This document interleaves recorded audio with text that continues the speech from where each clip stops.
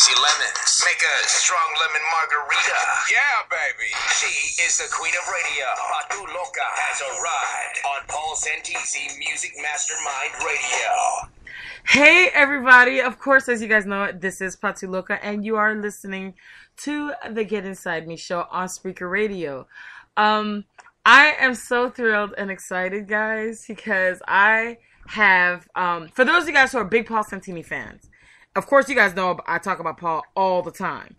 Of course, if you guys don't know, he has this, for those of you guys who haven't been following or probably forgotten, he does have two pages called Music Mastermind and the ones that he does for, you know, deep thinkers and things like that when you're doing relaxations, how to, how to put the effect of the law, the attraction of law and physics and all that great stuff. But I'm telling you guys right now, I've been into this thing that he's been involved in called the Music Mastermind, where he decided, hey, I want to put positive, feel-good music that isn't encrypted with anything stupid or negative, and I'm only going to trust positive people who live and think positive with positive intentions, which will give a positive vibration in their music. And I'm thrilled and excited to tell you guys I have one of the artists that actually has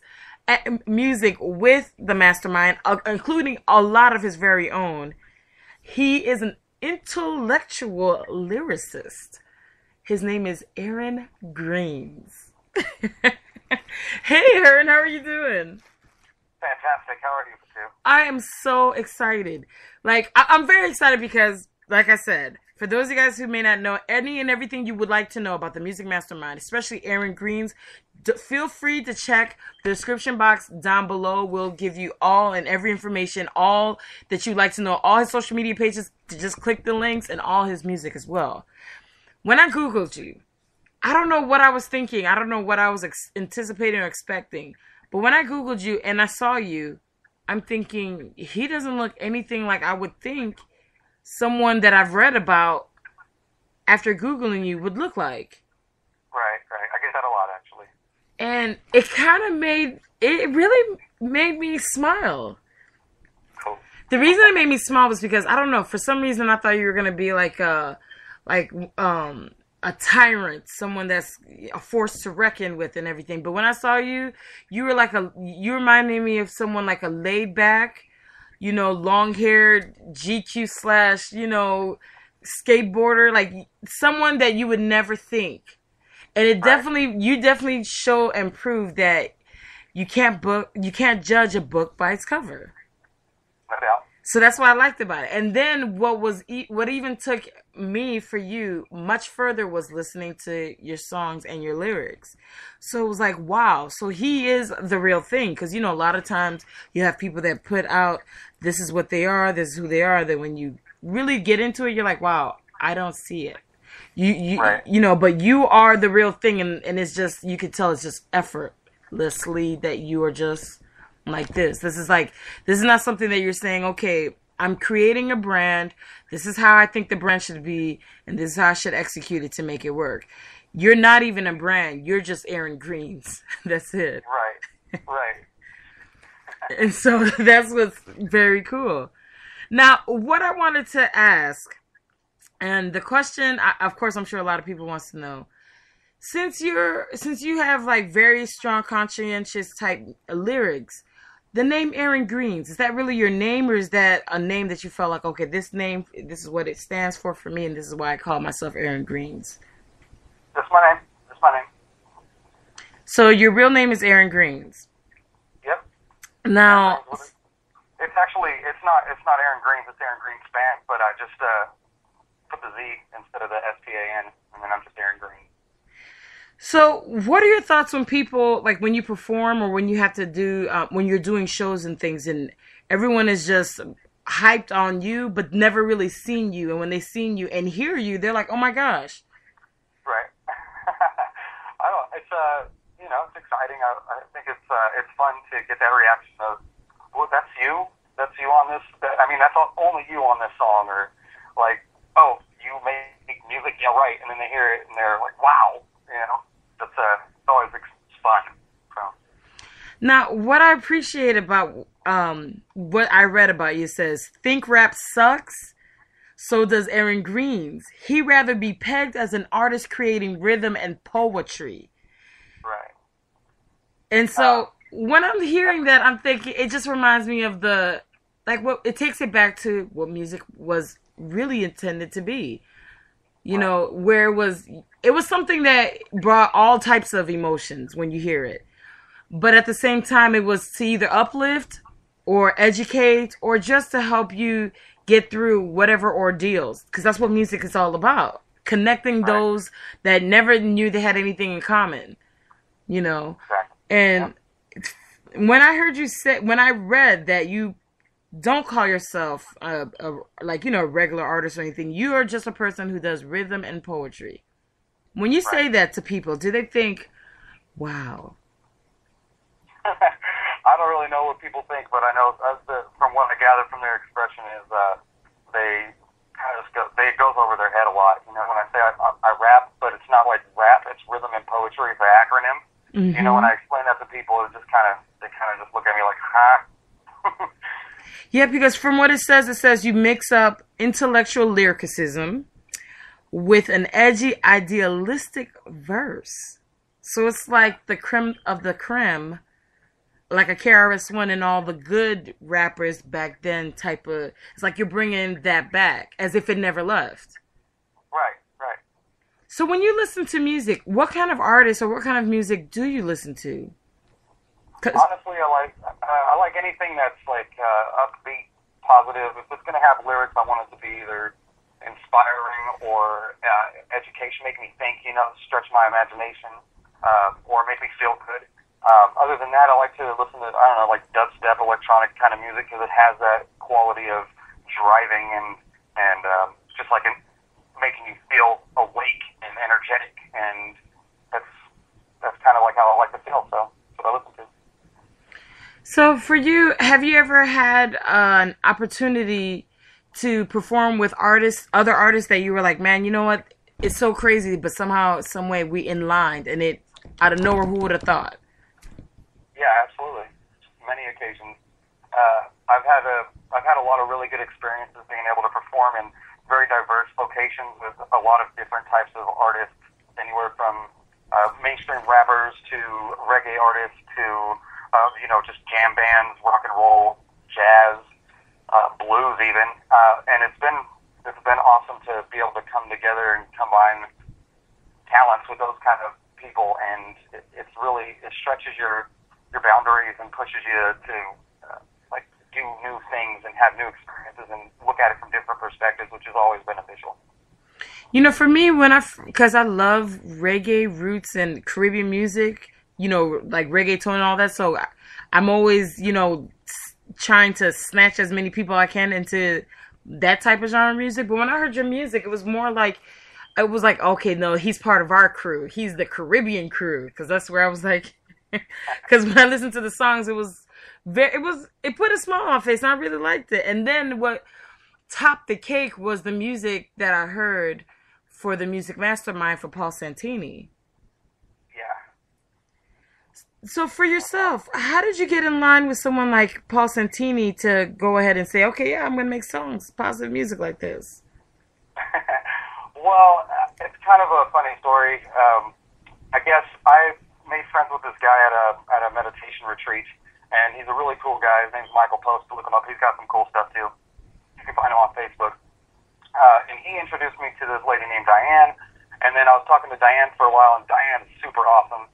And she just told me, you should just call this guy. And I was like, all right. So I called him, and it was Paul Santini. And come to find out, he was like, how did you hear about me? Or like, what meditation tracks have you listened to or whatever? I was like, I haven't ever heard of you, and I haven't listened to any of the tracks. And he's like, oh, well, that's weird, because everybody who ever calls me, you know, has been listening to me and is, you know, whatever. So, and he said, just go ahead and send me some music, and I'll get back with you. So I sent him my music, and turns out he already had it on his phone. At that point in time, he didn't know where it came from or how did he get it on his phone, but he had already heard the music that I sent him, which was, you know, just kind of crazy random happenstance. And then from that point on, just starting off on a weird note, it was, just kind of progressed from there. And since I had already been, kind of in this vibration of creating uplifting, positive, inspiring vibrational music, it just kind of fit like a glove.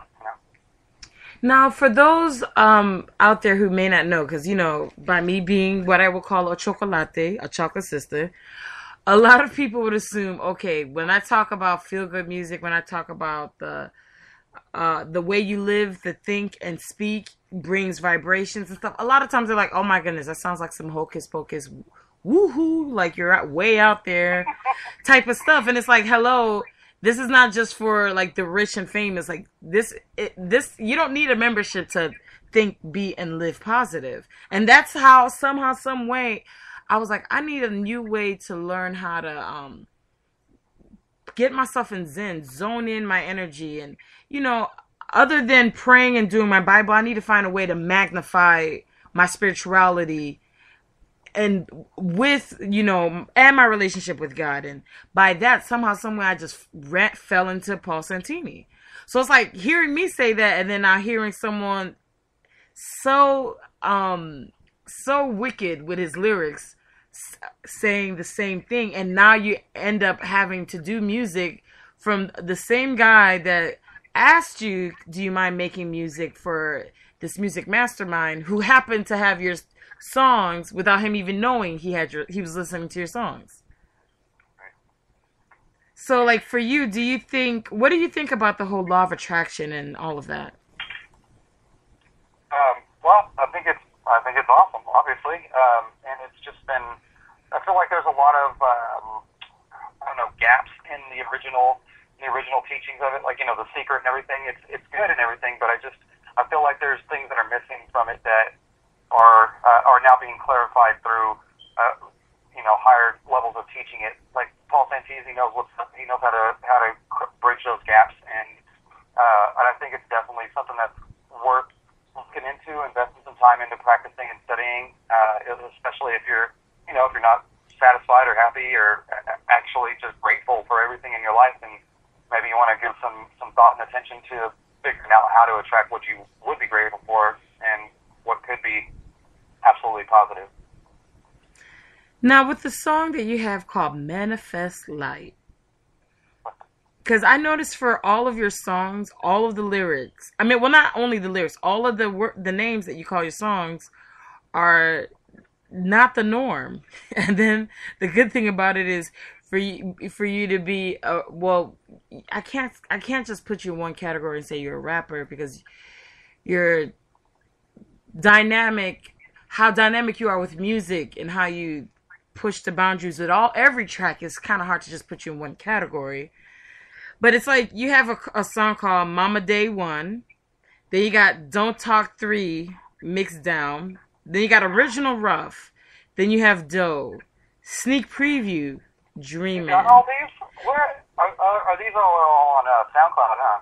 No, not only on SoundCloud, but you also have a few songs on this other website where you have where you have a biography where it speaks more about your music on this website, which I'm sure you know, called REVERBNATION. Oh yeah.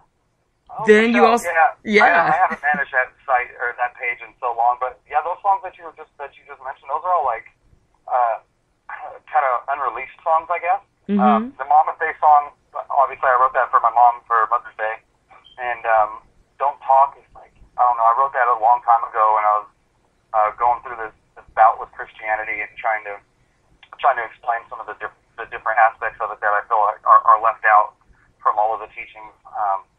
And yeah, that's crazy that those songs are even available, but it's awesome that they are, though. And Manifest Light, I loved it. Yeah, that's a good one. So when you when you write music, do you is it something that comes naturally to you, or it's one of those things where when you're going through something, it's like, okay, this is the time I'm going to sit there, I'm going to cage myself in and write?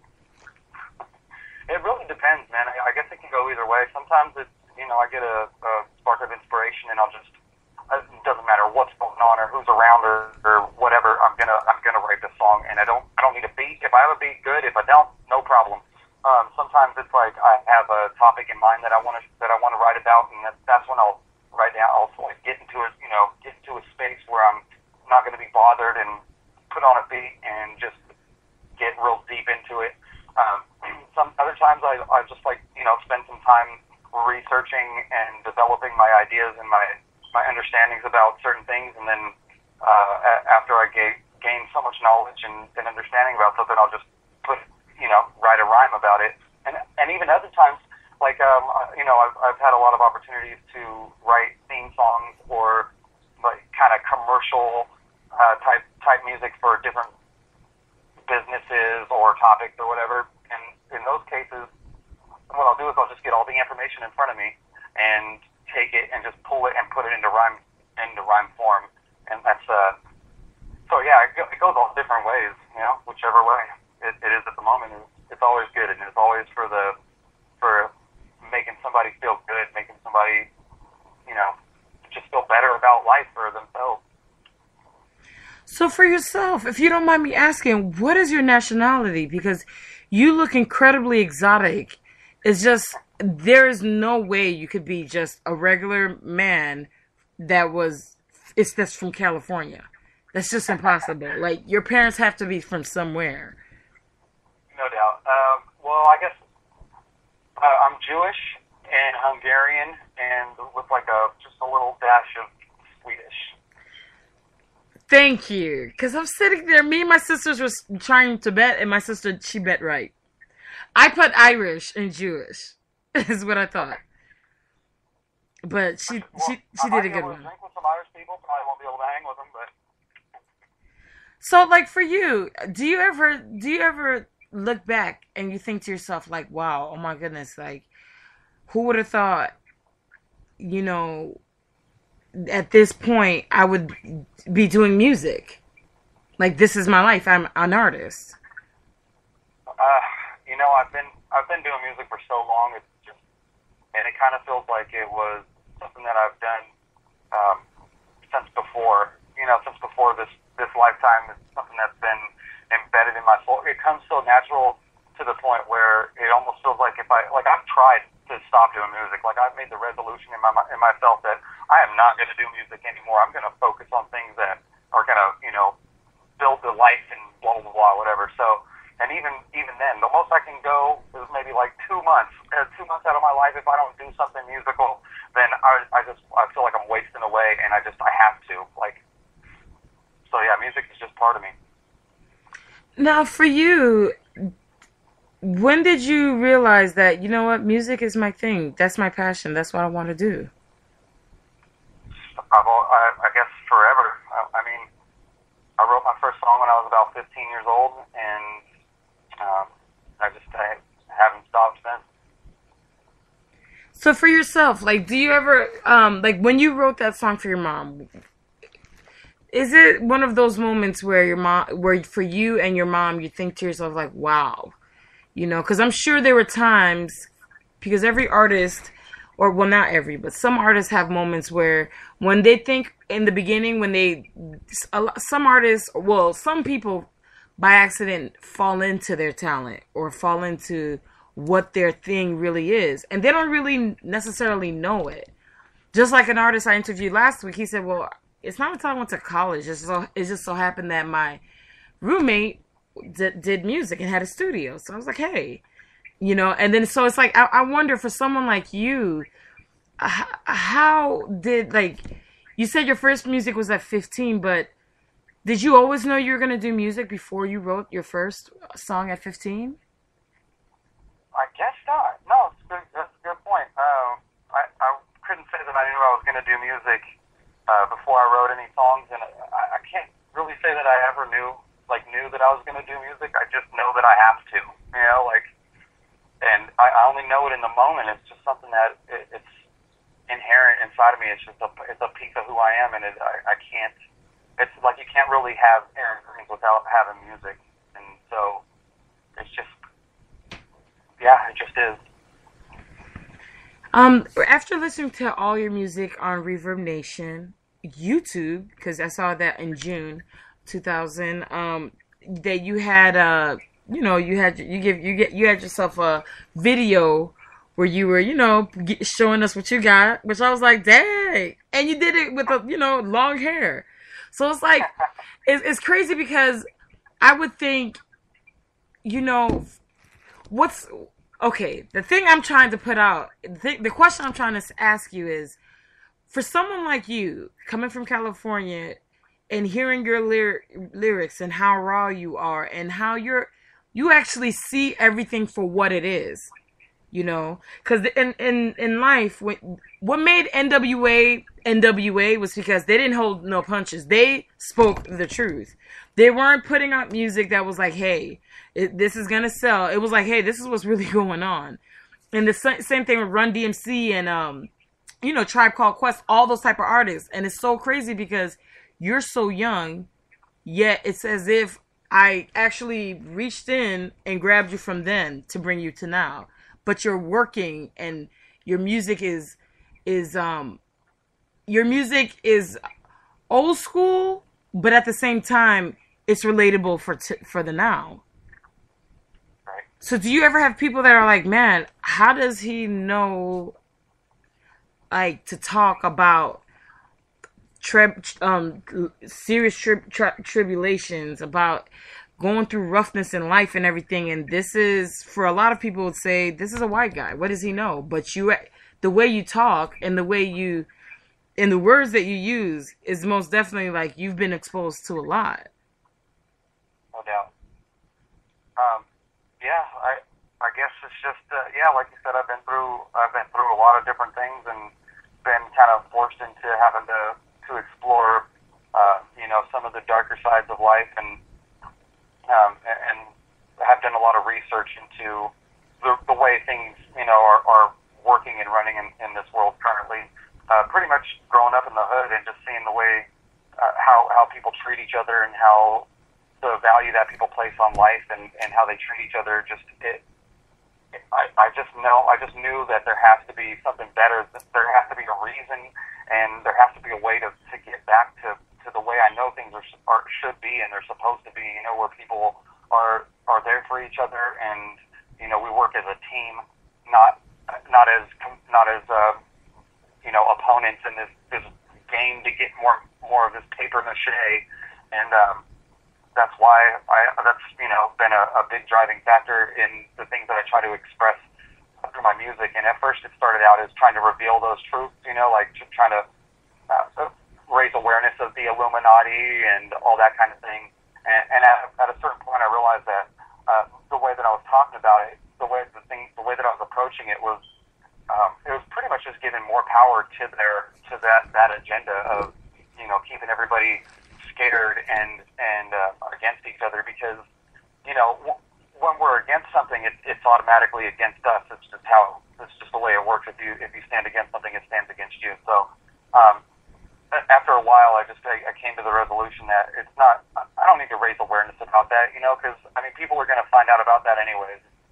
It's coming out. So more importantly, I think it's more useful for people to be aware of their own power, their own ability to choose what they focus on and what they're aware of, and also and help them and inspire them to choose to look inside yourself for the deeper meanings and the actual options that you have for how you interact with the world, and just be positive and take responsibility and just accept, and then we can move forward. Have you ever had a time where you've written a song or you've written lyrics to a song and you didn't even remember that you even made the song, and you hear it back and you're like, man, dang, I don't even remember writing this or making this? I'd have to say I have probably had a couple like that, but generally speaking, I memorize the lyrics to every song that I write, like as I'm writing them. And that was actually a big thing when I first started. People would say, well, how do you remember all that? And it's like, I wrote it, so of course I remember it. That being said, there's been, since I've been doing music for so long, there's been a lot of times where I go back and listen to old songs, and I'm like, damn, I wrote that so long ago. Like, how did I get that information at that point when it's like it's something that I feel like I'm just now learning, or I'm just now coming to understand. Yet I wrote this song about it with all the exact information in it, years ago. And it's been a really fun ride being able to look back on that and realize that I've always kind of known, and then I realized that we've all always kind of known. And then once we learn something new, it's not really that we're learning something new, we're just remembering, To me, I see that from a lot of your listeners, they do compare you to reggae artists, of course, when it comes to music.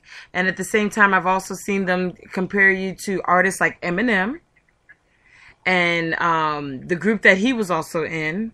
And I see they also compare you to artists like, artists like KRS-One and like all the old school. So when you think of that and when you see that, do you ever think to yourself like, man, my name is Aaron and I would be compared to the greats, the classics, and the innovators? Pretty much when people compare me to other people, I feel like it's a natural human instinct to try to classify something, anything new as, you try to compare it and say it's like this other thing.